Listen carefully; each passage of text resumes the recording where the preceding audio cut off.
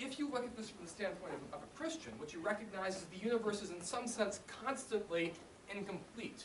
There's constantly a state of insufficient information, and that information is always being called into being.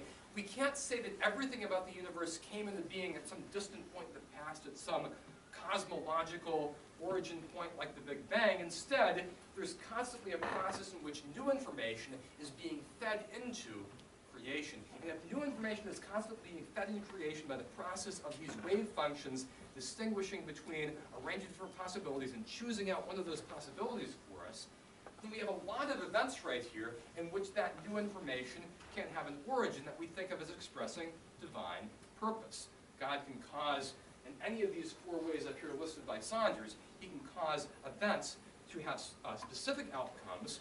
And if you couple this idea right here to either what we think of as kind of a Schrodinger cat problem, in which a microscopic event is directly coupled to a macroscopic event, or by the previous slides, nonlinear dynamics type mechanisms, we can take those small perturbations of quantum systems and scale them all the way up to the macroscopic level.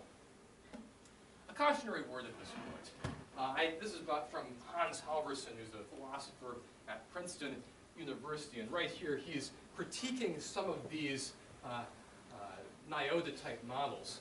And what he says is that that isn't really the way that we usually talk in Christian theology. And in particular, what he says is that even though some of these models might have some merit to us, even though they might end up being useful ways to defend the idea that God has space to exert providential authority in naturally human history, working out such a story is going to be hard work.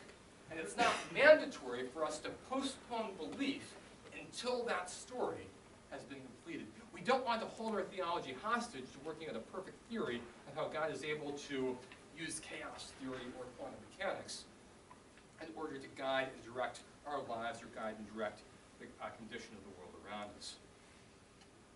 One final thing, and this is where I want to leave off my talk right here, that I want to emphasize, is that we actually have a foundational idea in Christian theology that's applied in other contexts, in particular in the context of the incarnation, that seems like it's strongly relevant to this situation as well. And that's the idea of kenosis. This right here is Philippians 2, 5-7. It's part of a longer passage that most exegetes would recognize as being an ancient Christian hymn. And this excerpt from an ancient Christian hymn is one of the strongest statements of what we call Athanasian Christology, an incarnational Christology that emphasizes the idea that God uniquely stepped into history in a human form. That the incarnation, the birth of Christ, was this event in which someone incredibly powerful set aside all of that power and took on a much humbler form. And so we have the pattern set for us that we believe in the type of God who's willing to bend very low in order to rescue us, to step all the way down to a human scale and then endure the worst sort of possible life, life that ends in a completely painful and ignominious death. And if you actually read some works by people who are Christian ethicists, this idea of kenosis ends up being a powerful informer of our ethics. One amazing discovery I made is that this book right here, which is probably the most complicated book I have in my entire physics library, it's written by a name that you probably recognize right here, S.W. Hawking, and another name you probably don't recognize over here, G.F.R. Ellis. It's all about general relativity. I had this book dating back to graduate school, and it's a really difficult and technical read. There are chapters in this book that are almost completely incomprehensible to me. I can't think of anything else I have in my library that really compares to this. And you probably already know a lot about Hawking. There's actually a biopic that's coming out right now that talks about Hawking's relationship with his wife. It's called The Theory of Everything. I don't think it's in theaters here in Longview yet, but if it ever does come, it's probably going to be well worth seeing. I've already read some reviews and interviews about it, and what you discover is that Hawking was kind of an irritating atheist. He would try to find Christians and needle them and give them a hard time.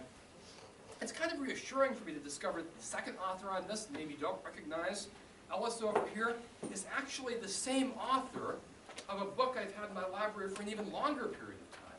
This book right here, by Murphy and Ellis, turns out to be the same Ellis as this book over here. This is a book on Christian ethics.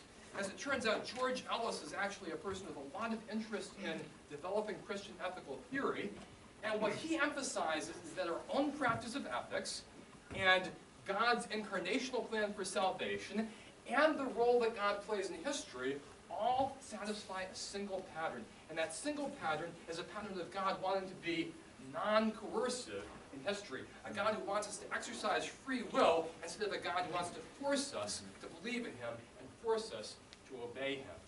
And so he draws this distinction right here.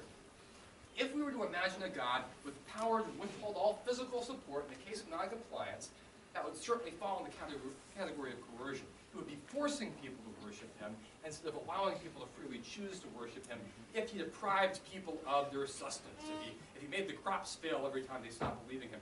People in the ancient world, pagan believers, actually thought their gods functioned that way. If you didn't believe enough in your gods would take away the ability of the natural world to provide for you. And what Ellis is saying, Murphy and Ellis are saying right here, is that Jesus makes it clear in the New Testament that he doesn't believe in that type of a role for God. He says that God constantly provides sustenance both to the righteous and to the wicked, and this endows us with human freedom.